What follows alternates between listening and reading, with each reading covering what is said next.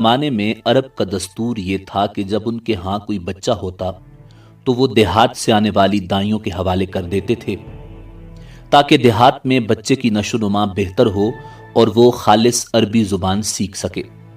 دائیوں کا قافلہ مکہ میں داخل ہوا۔ انہوں نے ان گھروں کی تلاش شروع کی جن میں بچے پیدا ہوئے تھے۔ اس طرح بہت سی دائیاں جناب عبد المطلب کے گھر بھی آئیں۔ نبی کریم صلی اللہ علیہ وآلہ وسلم کو دیکھا، لیکن جب انہیں معلوم ہوا کہ یہ بچہ تو یتیم پیدا ہوا ہے تو اس خیال سے چھوڑ کر آگے بڑھ گئیں کہ یتیم بچے کے گھرانے سے انہیں کیا ملے گا۔ اس طرح دائیاں آتی رہیں اور جاتی رہیں۔ کسی نے آپ کو دودھ پلانا منظور نہ کیا، اور کرتی بھی کیسے؟ یہ سعادت تو حضرت حلیمہ سعدیہ رضی اللہ تعالی عنہا کے حصے میں آنا تھی۔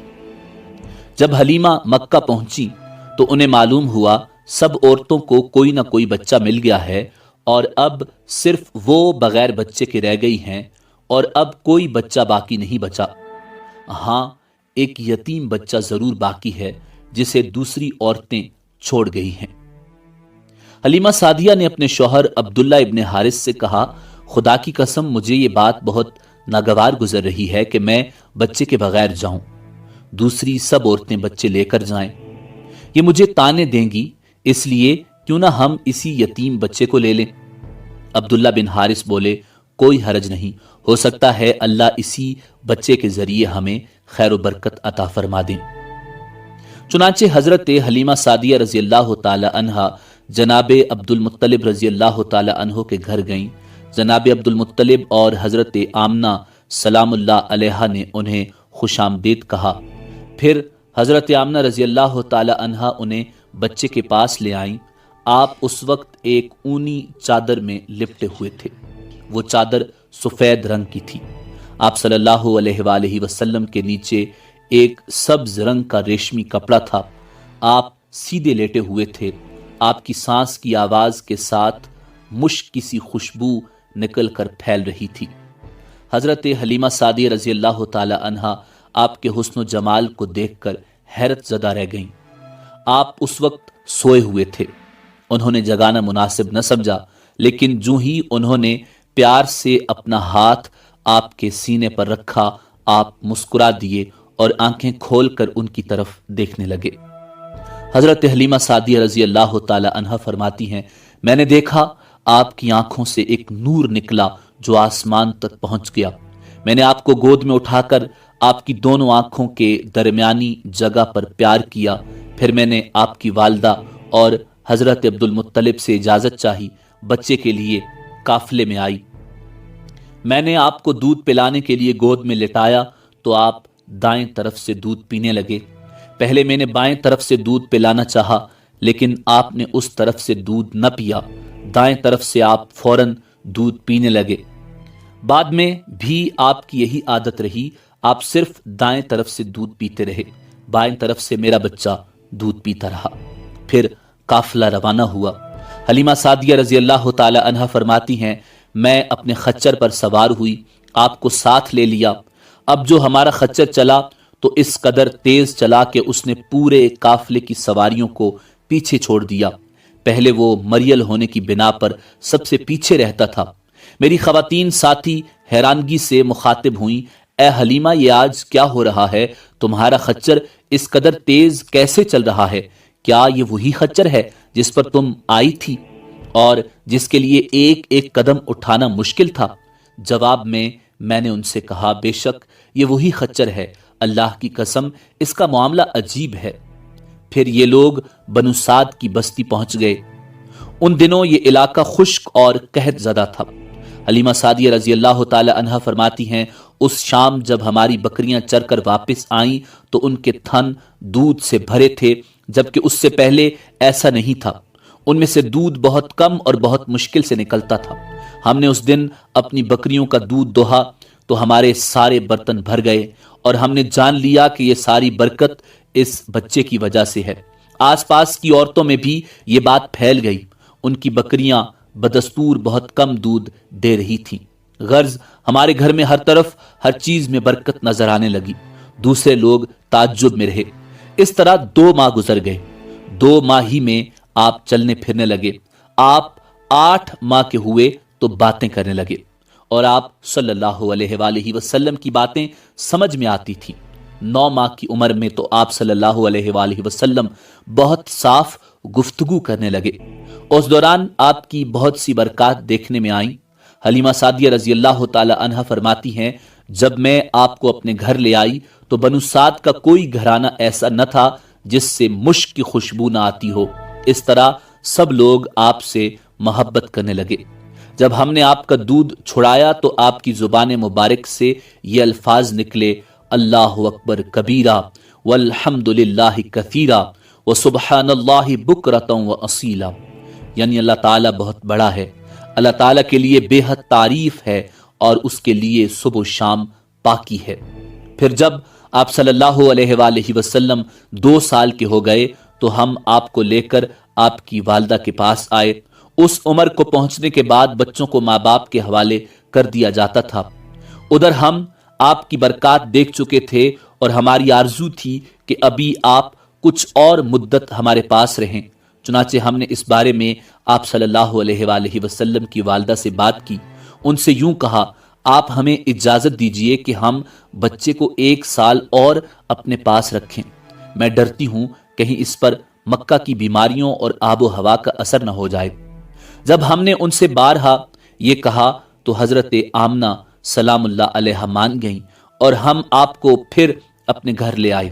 جب آپ صلی اللہ علیہ وآلہ وسلم کچھ بڑے ہو گئے تو باہر نکل کر بچوں کو دیکھتے تھے، وہ آپ کو کھیلتے نظر آتے، آپ صلی اللہ علیہ وآلہ وسلم ان کے نزدیک نہ جاتے۔ ایک روز آپ نے مجھ سے پوچھا، امی جان کیا بات ہے، دن میں میرے بھائی بہن نظر نہیں آتے؟ آپ اپنے دودھ شریک بھائی عبداللہ اور بہنوں انیسہ اور شیمہ کے بارے میں پوچھ رہے تھے۔ حضرت حلیمہ سعدیہ رضی اللہ تعالی عنہا فرماتی ہیں، میں نے آپ کو بتایا وہ صبح سویرے بکریاں چرانے جاتے ہیں، شام کے بعد گھر آتے ہیں۔ یہ جان کر آپ نے فرمایا تب مجھے بھی ان کے ساتھ بھیج دیا کریں۔ اس کے بعد آپ اپنے بھائی بہنوں کے ساتھ جانے لگے۔ آپ خوش جاتے اور واپس آتے۔ ایسے میں ایک دن میرے بچے خوف زدہ انداز میں دوڑتے ہوئے آئے اور گھبرا کر بولے، امی جان جلدی چلیے ورنہ بھائی محمد صلی اللہ علیہ وآلہ وسلم ختم ہو جائیں گے۔ یہ سن کر ہمارے تو ہوش اڑ گئے، دوڑ کر وہاں پہنچے۔ ہم نے آپ کو دیکھا، آپ کھڑے ہوئے تھے، رنگ اڑا ہوا تھا، چہرے پر زردی چھائی ہوئی تھی، اور یہ اس لیے نہیں تھا کہ آپ کو سینہ چاک کیے جانے سے کوئی تکلیف ہوئی تھی، بلکہ ان فرشتوں کو دیکھ کر آپ کی حالت ہوئی تھی۔ حلیمہ سعدیہ رضی اللہ تعالی عنہا فرماتی ہیں، ہم نے آپ سے پوچھا کیا ہوا تھا؟ آپ نے بتایا، میرے پاس 2 آدمی آئے تھے، وہ سفید کپڑے پہنے ہوئے تھے، وہ دونوں جبرائیل اور میکائیل علیہ السلام تھے۔ ان دونوں میں سے ایک نے کہا، کیا یہ وہی ہیں؟ دوسرے نے جواب دیا، ہاں یہ وہی ہیں۔ پھر وہ دونوں میرے قریب آئے، مجھے پکڑا اور لٹا دیا۔ اس کے بعد انہوں نے میرا پیٹ چاک کیا اور اس میں سے کوئی چیز تلاش کرنے لگے۔ آخر انہیں وہ چیز مل گئی اور انہوں نے اسے باہر نکال کر پھینک دیا۔ میں نہیں جانتا وہ کیا چیز تھی۔ اس چیز کے بارے میں دوسری روایات میں یہ وضاحت ملتی ہے کہ وہ سیاہ رنگ کا ایک دانہ سا تھا۔ یہ انسان کے جسم میں شیطان کا گھر ہوتا ہے اور شیطان انسان کے بدن میں یہیں سے اثرات ڈالتا ہے۔ حضرت حلیمہ سعدیہ رضی اللہ تعالی عنہ فرماتی ہیں، پھر ہم آپ کو گھر لے آئے۔ اس وقت وہ میرے شوہر عبداللہ بن حارث نے مجھ سے یہ کہا، حلیمہ مجھے ڈر ہے کہیں اس بچے کو کوئی نقصان نہ پہنچ جائے، اس لیے اسے اس کے گھر والوں کے پاس پہنچا دو۔ میں نے کہا ٹھیک ہے۔ پھر ہم آپ کو لے کر مکہ کی طرف روانہ ہوئے۔ جب میں مکہ کے بالائی علاقے میں پہنچی تو آپ اچانک غائب ہو گئے، میں حواس باختہ ہو گئی۔ حلیمہ سعدیہ فرماتی ہیں، میں پریشانی کی حالت میں مکہ پہنچی۔ آپ کے دادا عبد المطلب کے پاس پہنچتے ہی میں نے کہا، میں آج رات محمد صلی اللہ علیہ وآلہ وسلم کو لے کر آ رہی تھی۔ جب میں بالائی علاقے میں پہنچی تو وہ اچانک کہیں گم ہو گئے۔ اب خدا کی قسم میں نہیں جانتی وہ کہاں ہیں۔ حضرت عبد المطلب یہ سن کر فوراً کعبہ کے پاس کھڑے ہو گئے۔ انہوں نے آپ صلی اللہ علیہ وآلہ وسلم کے مل جانے کے لیے دعا کی، پھر آپ کی تلاش میں روانہ ہوئے۔ ان کے ساتھ ورقہ بن نوفل بھی تھے۔ غرض دونوں تلاش کرتے کرتے تہامہ کی وادی پہنچے۔ ایک درخت کے نیچے انہیں ایک لڑکا کھڑا نظر آیا۔ اس درخت کی شاخیں بہت گھنی تھیں۔ حضرت عبد المطلب نے پوچھا، لڑکے تم کون ہو؟ حضور نبی کریم صلی اللہ علیہ وآلہ وسلم چونکہ اس وقت تک قد نکال چکے تھے، اس لیے حضرت عبد المطلب پہچان نہ سکے۔ آپ کا قد تیزی سے بڑھ رہا تھا۔ جواب میں آپ صلی اللہ علیہ وآلہ وسلم نے فرمایا، میں محمد بن عبداللہ بن عبد المطلب ہوں۔ یہ سن کر حضرت عبد المطلب بولے، تم پر میری جان قربان، میں ہی تمہارا دادا عبد المطلب ہوں۔ پھر انہوں نے آپ کو اٹھا کر سینے سے لگایا اور رونے لگے۔ آپ کو گھوڑے پر اپنے آگے بٹھایا اور مکہ کی طرف چلے۔ گھر آ کر انہوں نے بکریاں اور گائیں ذبح کی اور مکے والوں کی دعوت کی۔ آپ کے مل جانے کے بعد حضرت حلیمہ سعدیہ رضی اللہ تعالی عنہا حضرت آمنہ سلام اللہ علیہا کے پاس آئیں تو انہوں نے پوچھا، حلیمہ اب آپ بچے کو کیوں لے آئیں؟ آپ کی تو خواہش تھی کہ یہ ابھی آپ کے پاس رہے۔ انہوں نے جواب دیا، اب یہ بڑے ہو گئے ہیں اور اللہ کی قسم میں اپنی ذمہ داری پوری کر چکی ہوں۔ میں خوف محسوس کرتی ہوں کہیں انہیں کوئی حادثہ نہ پیش آ جائے، لہٰذا انہیں آپ کے سپرد کرتی ہوں۔ حضرت آمنہ کو یہ جواب سن کر حیرت ہوئی، بولی، مجھے سچ سچ بتاؤ ماجرا کیا ہے؟ تب انہوں نے سارا حال کہہ سنایا۔ حلیمہ سعدیہ نے دراصل کئی عجیب و غریب واقعات دیکھے تھے۔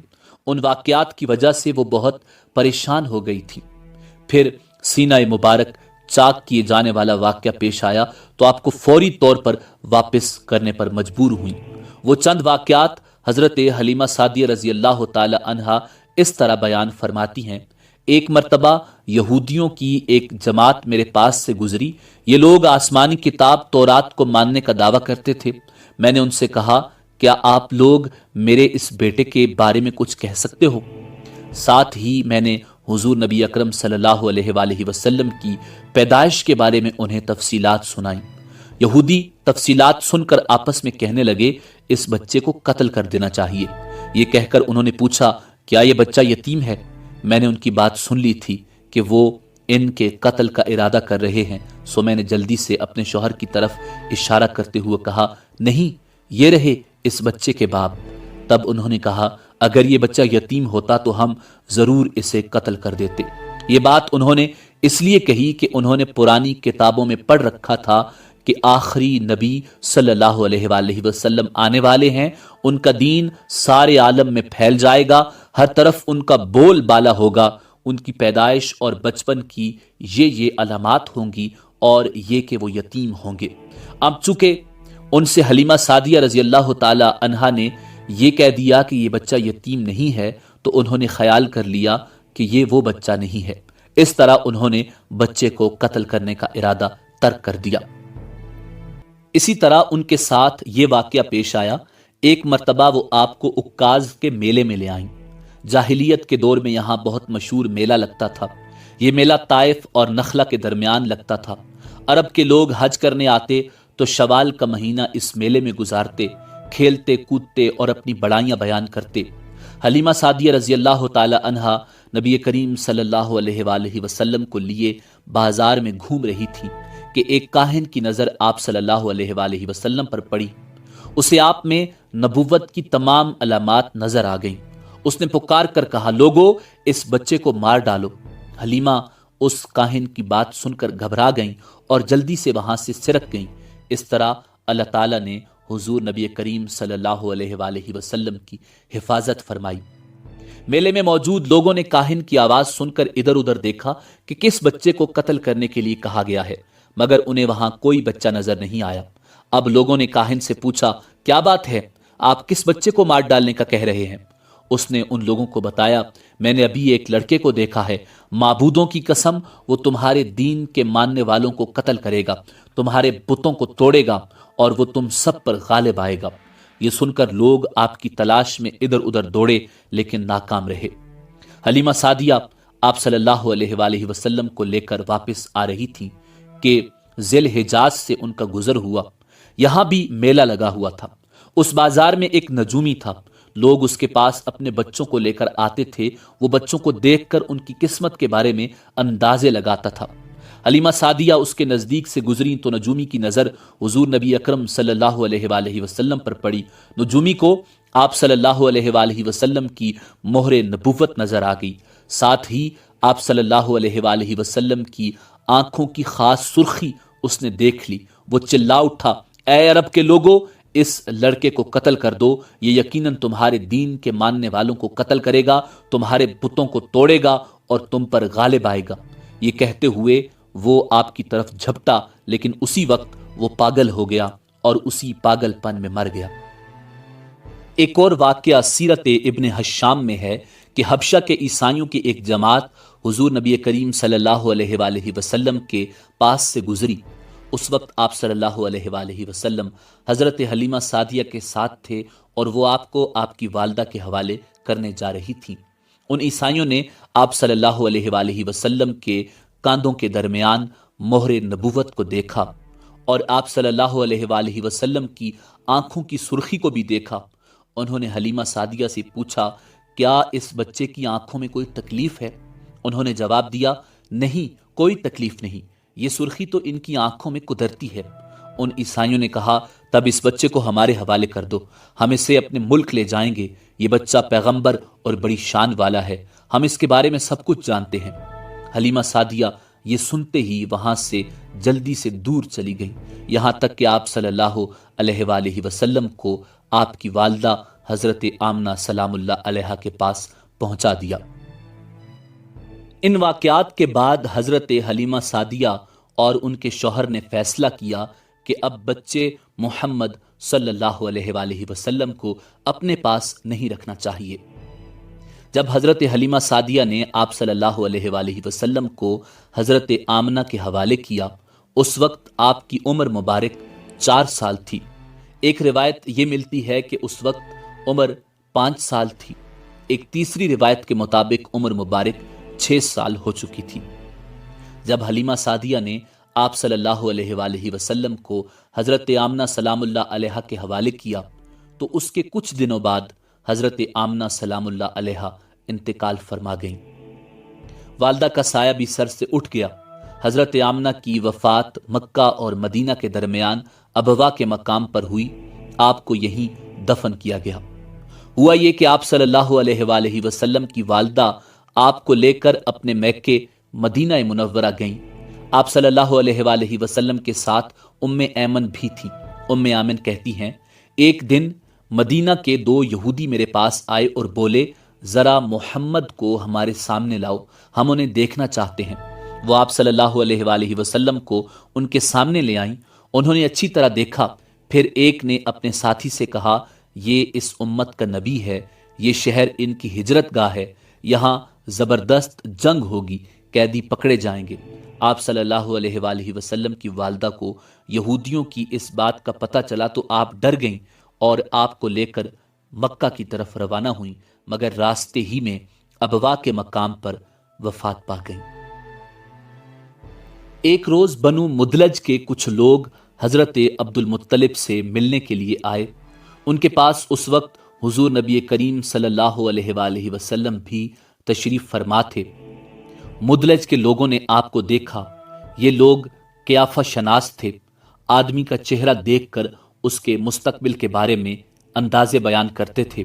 انہوں نے حضرت عبد المطلب سے کہا، اس بچے کی حفاظت کریں، اس لیے کہ مقام ابراہیم پر جو حضرت ابراہیم علیہ السلام کے قدم کا نشان ہے، اس بچے کے پاؤں کا نشان بالکل اس نشان سے ملتا جلتا ہے۔ اس قدر مشابہت ہم نے کسی اور کے پاؤں کے نشان میں نہیں دیکھی۔ ہمارا خیال ہے یہ بچہ نرالی شان کا مالک ہوگا، اس لیے اس کی حفاظت کریں۔ مقام ابراہیم خانہ کعبہ میں وہ پتھر ہے جس پر حضرت ابراہیم علیہ السلام کعبہ کی تعمیر کے وقت کھڑے ہوئے تھے۔ معجزے کے طور پر اس پتھر پر ابراہیم علیہ السلام کے پیروں کے نشان پڑ گئے تھے۔ لوگ اس پتھر کی زیارت کرتے ہیں، یہی مقام ابراہیم ہے۔ چونکہ آپ حضرت ابراہیم علیہ السلام کی نسل سے ہیں، اس لیے ان کے پاؤں کی مشابہت آپ میں ہونا قدرتی بات تھی۔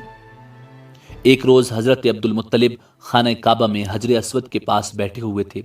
ایسے میں ان کے پاس نجران کے عیسائی آ گئے۔ ان میں ایک پادری بھی تھا۔ اس پادری نے حضرت عبد المطلب سے کہا، ہماری کتابوں میں ایک ایسے نبی کی علامات ہیں جو اسماعیل کی اولاد میں ہونا باقی ہے، یہ شہر اس کی جائے پیدائش ہے، اس کی یہ نشانیاں ہوں گی۔ ابھی یہ بات ہو رہی تھی کہ کوئی شخص آپ صلی اللہ علیہ وآلہ وسلم کو لے کر وہاں پہنچا۔ پادری کی نظر جوں ہی آپ پر پڑی وہ چونک اٹھا، آپ کی آنکھوں، کمر اور پیروں کو دیکھ کر وہ چلا اٹھا، وہ نبی یہی ہیں، یہ تمہارے کیا لگتے ہیں؟ حضرت عبد المطلب بولے، یہ میرے بیٹے ہیں۔ اس پر وہ پادری بولا، او تب یہ وہ نہیں، اس لیے کہ ہماری کتابوں میں لکھا ہے کہ اس کے والد کا انتقال اس کی پیدائش سے پہلے ہو جائے گا۔ یہ سن کر حضرت عبد المطلب بولے، یہ دراصل میرا پوتا ہے، اس کے باپ کا انتقال اس وقت ہو گیا تھا جب یہ پیدا بھی نہیں ہوا تھا۔ اس پر پادری بولا، ہاں یہ بات ہوئی نا، آپ اس کی پوری طرح حفاظت کریں۔ حضرت عبد المطلب کی آپ سے محبت کا یہ عالم تھا کہ کھانا کھانے بیٹھتے تو کہتے، میرے بیٹے کو لے آؤ۔ آپ تشریف لاتے تو حضرت عبد المطلب آپ کو اپنے پاس بٹھاتے، آپ کو اپنے ساتھ کھلاتے۔ بہت زیادہ عمر والے ایک صحابی حیدر بن معاویہ رضی اللہ تعالی عنہ کہتے ہیں، میں ایک مرتبہ اسلام سے پہلے جاہلیت کے زمانے میں حج کے لیے مکہ معظمہ پہنچا، وہاں بیت اللہ کا طواف کر رہا تھا۔ میں نے ایک ایسے شخص کو دیکھا جو بہت بوڑھا اور بہت لمبے قد کا تھا۔ وہ بیت اللہ کا طواف کر رہا تھا اور کہہ رہا تھا، اے میرے پروردگار، میری سواری کو محمد کی طرف پھیر دے اور اسے میرا دست و بازو بنا۔ میں نے اس بوڑھے کو جب یہ شعر پڑھتے سنا تو لوگوں سے پوچھا، یہ کون ہے؟ لوگوں نے بتایا، یہ عبد المطلب بن ہاشم ہیں۔ انہوں نے اپنے پوتے کو اپنے ایک اونٹ کی تلاش میں بھیجا ہے، وہ اونٹ گم ہو گیا ہے، اور وہ پوتا ایسا ہے جب بھی کسی گمشدہ چیز کی تلاش میں اسے بھیجا جاتا ہے تو وہ چیز لے کر ہی آتا ہے۔ پوتے سے پہلے یہ اپنے بیٹوں کو اس اونٹ کی تلاش میں بھیج چکے ہیں، لیکن وہ ناکام لوٹے ہیں۔ اب چونکہ پوتے کو گئے ہوئے دیر ہو گئی ہے، اس لیے پریشان ہیں اور دعا مانگ رہے ہیں۔ تھوڑی ہی دیر گزری تھی کہ میں نے دیکھا کہ آپ صلی اللہ علیہ وآلہ وسلم اونٹ کو لیے تشریف لا رہے ہیں۔ حضرت عبد المطلب نے آپ کو دیکھ کر کہا، میرے بیٹے، میں تمہارے لیے اس قدر فکر مند ہو گیا تھا کہ شاید اس کا اثر کبھی میرے دل سے نہ جائے۔ حضرت عبد المطلب کی بیوی کا نام رقیہ بنت ابو سیفی تھا۔ وہ کہتی ہیں، قریش کئی سال سے سخت قحط سالی کا شکار تھے، بارشیں بالکل بند تھیں، سب لوگ پریشان تھے۔ اسی زمانے میں نے ایک خواب دیکھا۔ کوئی شخص خواب میں کہہ رہا تھا، اے قریش کے لوگوں، تم میں ایک نبی ظاہر ہونے والا ہے، اس کے ظہور کا وقت آ گیا ہے، اس کے ذریعے تمہیں زندگی ملے گی، یعنی خوب بارشیں ہوں گی، سرسبزی اور شادابی ہوگی۔ تم اپنے لوگوں میں سے ایک ایسا شخص تلاش کرو جو لمبے قد کا ہو، گورے رنگ کا ہو، اس کی پلکیں گھنی ہوں، بھوئیں اور ابرو ملے ہوئے ہوں۔ وہ شخص اپنی تمام اولاد کے ساتھ نکلے اور تم میں سے ہر خاندان کا ایک آدمی نکلے، سب پاک صاف ہوں اور خوشبو لگائیں۔ وہ حجر اسود کو بوسہ دیں، پھر سب جبل ابو قیس پر چڑھ جائیں۔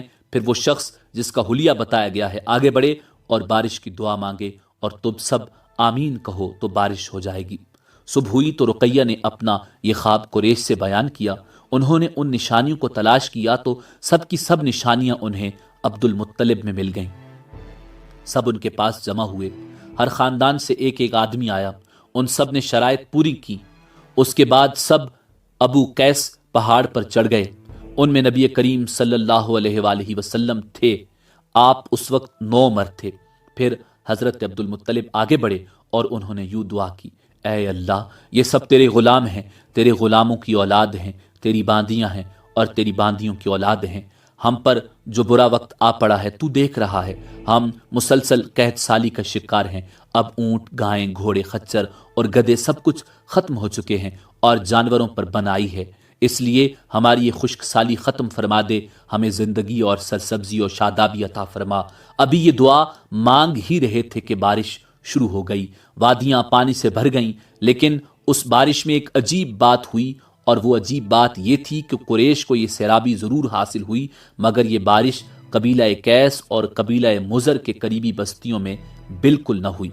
اب لوگ بہت حیران ہو گئے، یہ کیا بات ہوئی؟ ایک قبیلے پر بارش اور آس پاس کے سب قبیلے بارش سے محروم۔ تمام قبیلوں کے سردار جمع ہوئے، اس سلسلے میں بات چیت شروع ہوئی۔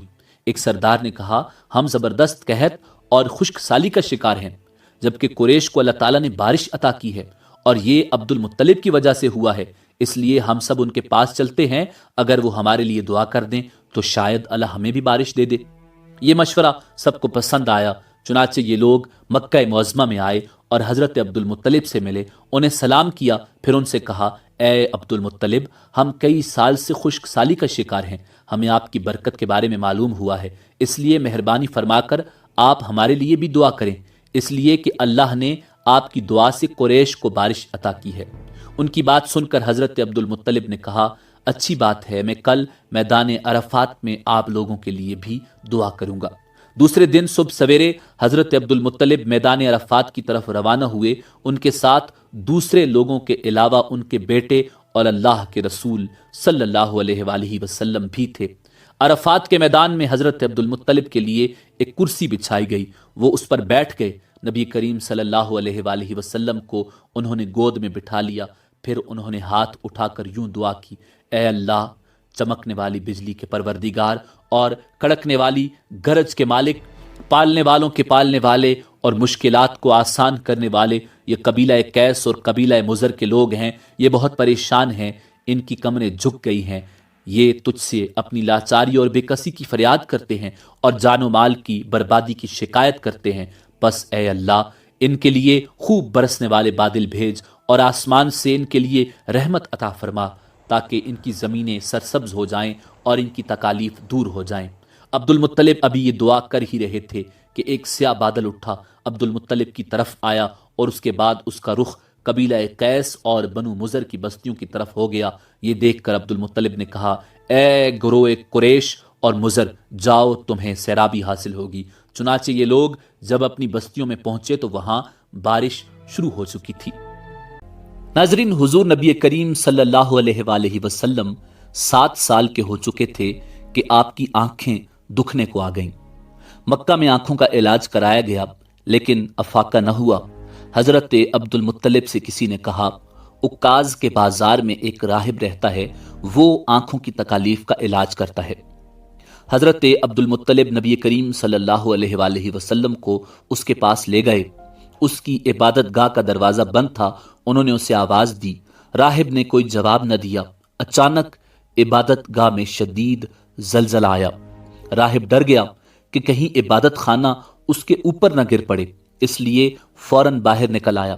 اب اس نے جب حضور نبی کریم صلی اللہ علیہ وآلہ وسلم کو دیکھا تو چونک اٹھا، اس نے کہا، اے عبد المطلب، یہ لڑکا اس امت کا نبی ہے، اگر میں باہر نہ نکل آتا تو یہ عبادت گاہ ضرور مجھ پر گر پڑتی، اس لڑکے کو فوراً واپس لے جاؤ اور اس کی حفاظت کرو، کہیں یہودیوں یا عیسائیوں میں سے اسے کوئی قتل نہ کر دے۔ پھر اس نے کہا، اور رہی بات ان کی آنکھوں کی، تو آنکھوں کی دعا تو خود ان کے پاس موجود ہے۔ حضرت عبد المطلب یہ سن کر حیران ہوئے اور بولے، ان کے اپنے پاس ہے؟ میں سمجھا نہیں۔ تو راہب کہنے لگا، ان کا لعاب دہن ان کی آنکھوں میں لگائیں۔ ایسا ہی کیا گیا، آنکھیں فوراً ٹھیک ہو گئیں۔ ناظرین، پرانی آسمانی کتابوں میں حضور نبی رحمت صلی اللہ علیہ وآلہ وسلم کی بہت سی نشانیاں موجود تھیں جن کی تفصیل انتہائی دلچسپ ہے۔ یمن میں ایک قبیلہ حمیر تھا، وہاں ایک شخص سیف بن یزن تھا، وہ سیف حمیری کہلاتا تھا۔ کسی زمانے میں اس کے باپ دادا یمن پر حکومت کرتے تھے، لیکن پھر حبشیوں نے یمن پر حملہ کیا اور یمن پر قبضہ کر لیا۔ وہاں حبشیوں کی حکومت ہو گئی۔ 70 سال تک یمن حبشیوں کے قبضے میں رہا۔ جب یہ سیف بڑا ہوا تو اس کے اندر اپنے باپ دادا کا ملک آزاد کروانے کی امنگ پیدا ہوئی۔ اس نے ایک فوج تیار کی، اس فوج کے ذریعے حبشیوں پر حملہ کیا اور انہیں یمن سے بھگا دیا۔ اس طرح سیف باپ دادا کے ملک کو آزاد کرانے میں کامیاب ہو گیا، وہاں کا بادشاہ بن گیا۔ یہ یمن عرب کا علاقہ تھا۔ جب اس پر حبشیوں نے قبضہ کیا تھا تو عربوں کو بہت افسوس ہوا۔ 70 سال بعد جب یمن کے لوگوں نے حبشیوں کو باہر کیا تو عربوں کو بہت خوشی ہوئی۔ ان کی خوشی کی ایک وجہ تو یہ تھی کہ انہی حبشیوں نے ابرہہ کے ساتھ مکہ پر چڑھائی کی تھی۔ چاروں طرف سے عربوں کے وفد سیف کو مبارکباد دینے کے لیے آنے لگے۔ قریش کا بھی ایک وفد مبارک دینے کے لیے گیا۔ اس وفد کے سردار حضرت عبد المطلب تھے۔ یہ وفد جب یمن پہنچا تو سیف اپنے محل میں تھا، اس کے سر پر تاج تھا، سامنے تلوار رکھی تھی اور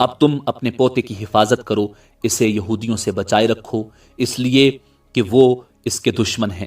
یہ اور بات ہے کہ اللہ تعالیٰ ہرگز ان لوگوں کو ان پر قابو نہیں پانے دے گا، اور میں نے جو کچھ آپ کو بتایا ہے اس کا اپنے قبیلے والوں سے ذکر نہ کرنا۔ مجھے ڈر ہے کہ ان باتوں کی وجہ سے ان لوگوں میں حسد اور جلن نہ پیدا ہو جائے۔ یہ لوگ سوچ سکتے ہیں یہ عزت اور بلندی آخر انہیں کیوں ملنے والی ہے؟ یہ لوگ ان کے راستے میں رکاوٹیں کھڑی کریں گے۔ اگر یہ لوگ اس وقت تک زندہ نہ رہے تو ان کی اولادیں یہ کام کریں گی۔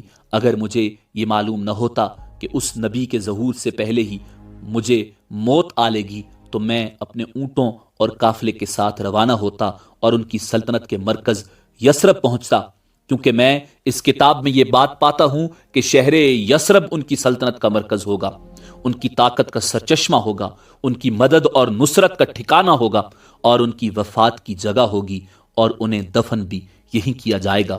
اور ہماری کتاب پچھلے علوم سے بھری پڑی ہے۔ مجھے پتا ہے اگر میں اسی وقت ان کی عظمت کا اعلان کروں تو خود ان کے لیے اور میرے لیے خطرات پیدا ہو جائیں گے۔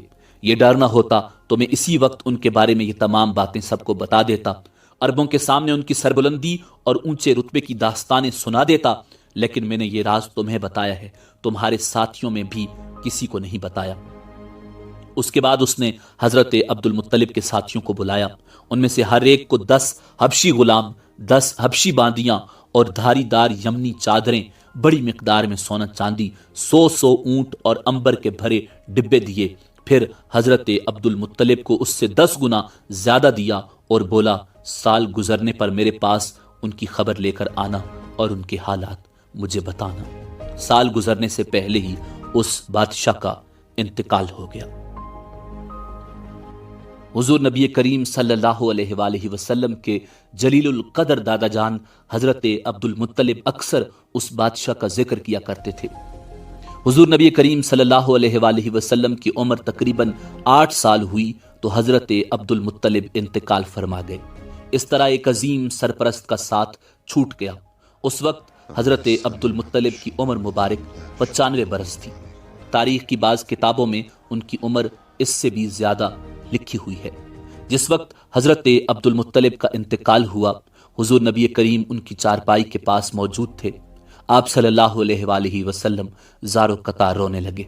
حضرت عبد المطلب کو عجون کے مقام پر ان کے دادا قصی کے پاس دفن کیا گیا۔ مرنے سے پہلے انہوں نے نبی کریم صلی اللہ علیہ وآلہ وسلم کو اپنے بیٹے حضرت ابو طالب کے سپرد کیا۔ اب ابو طالب آپ کے نگران ہوئے، انہیں بھی آپ سے بے تحاشا محبت ہو گئی۔ ان کے بھائی عباس اور زبیر بھی آپ کا بہت خیال رکھتے تھے۔ پھر زبیر بھی انتقال کر گئے تو آپ کی نگرانی آپ کے چچا حضرت ابو طالب ہی کرتے رہے۔